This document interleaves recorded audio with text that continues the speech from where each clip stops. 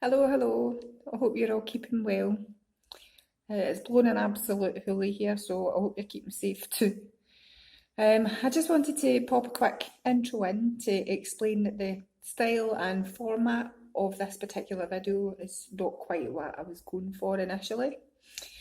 Um, Ideally, I'd like to include more of the actual investigation itself, but with this being my very first investigation as well as my very first time meeting everyone, I'm not going to lie, I was totally out of my comfort zone.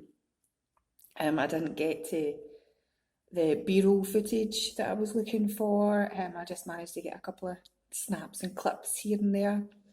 And I don't have my own equipment yet. But it was important to me to still include Closeburn Castle, seeming that's the beginning of my paranormal journey. So this is just a short, brief look at the history and mystery surrounding the castle, and it's also helped me get some of the video editing practice in, so that was useful too. So enjoy the rest of the video. And this is Closeburn Castle, and will forever remain in my heart as my first paranormal investigation. A beautiful privately owned 14th century tower house located in the historic county of Dumfries and thought to be one of the oldest continually inhabited tower houses in Scotland. The castle has been in the ownership of the Kirkpatrick family for approximately 800 years and has been lovingly maintained and restored by them over the centuries. It's unclear exactly when Closeburn Castle was built, but records show there's been some kind of building on the land since 1140, with the Kirkpatrick family receiving the land grant from King Alexander II in 1232. The Kirkpatricks initially lived in their mansion 600 yards north of the castle until 1748, when it was completely destroyed by a fire due to the carelessness of a drunken servant and a candle. The Kirkpatricks managed to salvage what they could from their mansion, and with the castle having seen its fair share of battles over the centuries, they rebuilt Closeburn Castle from the mansion's old sandstone, which then became the new family home. The castle's original iron defensive gate, known as a yett, still guards the first floor entrance. A rare survivor from these times, it's said to be one of 37 yetts that still remain in place in the UK, of which only 5 date prior to the 15th century.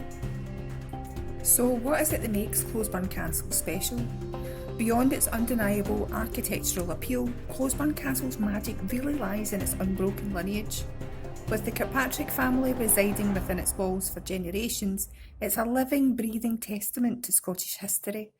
History that involves the likes of Robert the Bruce, William Wallace, Robert Burns, Queen Victoria, and even a marriage between Eugenie Kirkpatrick and Napoleon III.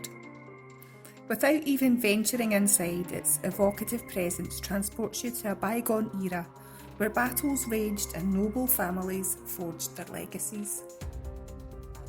Closeburn Castle, like many ancient castles, has its fair share of ghostly legends and tales associated with it. These include curses, tragic deaths, and lost souls. While these stories are steeped in folklore and may vary depending on who you ask, they certainly add an air of mystery and intrigue to the castle's steep, vast history. Here are just a few chills and thrills from Closeburn Castle's haunted halls. The most prominent resident of the spirit world is unsurprisingly a lady. Dressed in flowing grey robes, she's been spotted gliding through corridors and peering from windows, often followed by the scent of lavender. Some believe she's the restless spirit of Janet Douglas, imprisoned by her jealous uncle in the castle's dungeons centuries ago.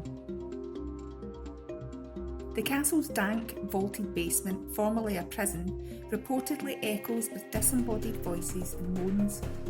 Visitors claim to hear faint cries and chains rattling, remnants of the torment endured by past captives.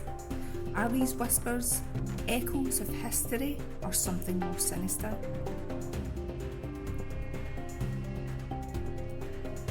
Orbs of flickering light, sudden chills in specific rooms, and fleeting shadows seen from the corner of the eye are all part of the Closeburn repertoire. Some say these are playful spirits, while others see them as harbingers of something darker. One particular area on the upper floor is known as the Vanishing Room. Accounts tell of objects inexplicably disappearing and reappearing, doors opening by themselves, and even the occasional feeling of being watched by unseen eyes. Could this be a portal to another dimension, or merely a trick of the castle's ancient architecture? The castle boasts a collection of Kirkpatrick family portraits lining the walls.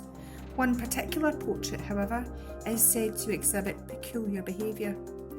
Visitors swear they've seen the eyes of the subject follow them as they move, or even catch a fleeting glimpse of the portrait changing pose. Is this simply the play of light, or something more supernatural?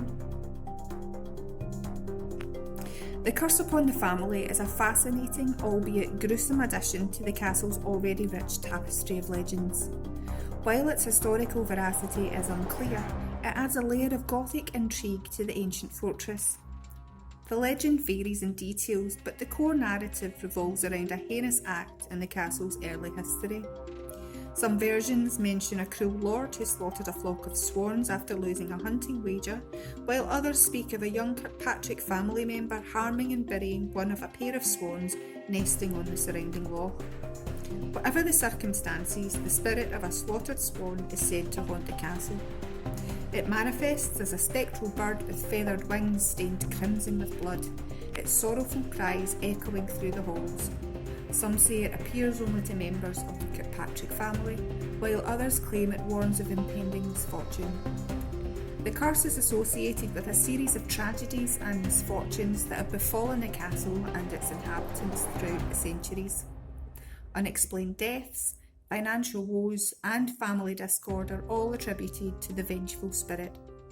The curse supposedly lifts or weakens when acts of kindness and generosity are performed towards swans or other waterfowl, signifying an appeasement of the ghostly bird.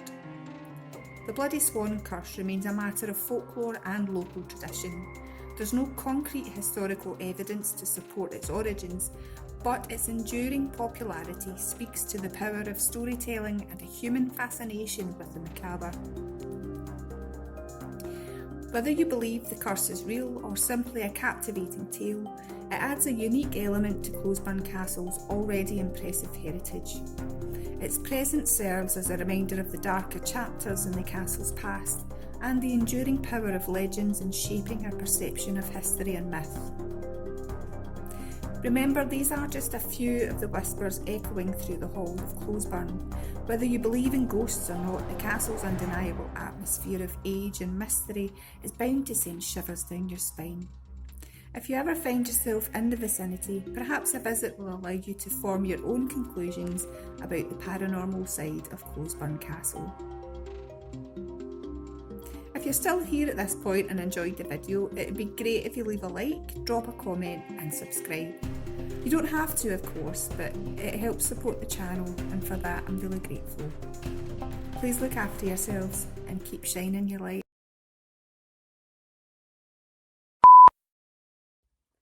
Morning, evening. It's bullshit. So, good morning, afternoon, evening, wherever you are, whatever time of day it is, I hope you're keeping well. I just wanted to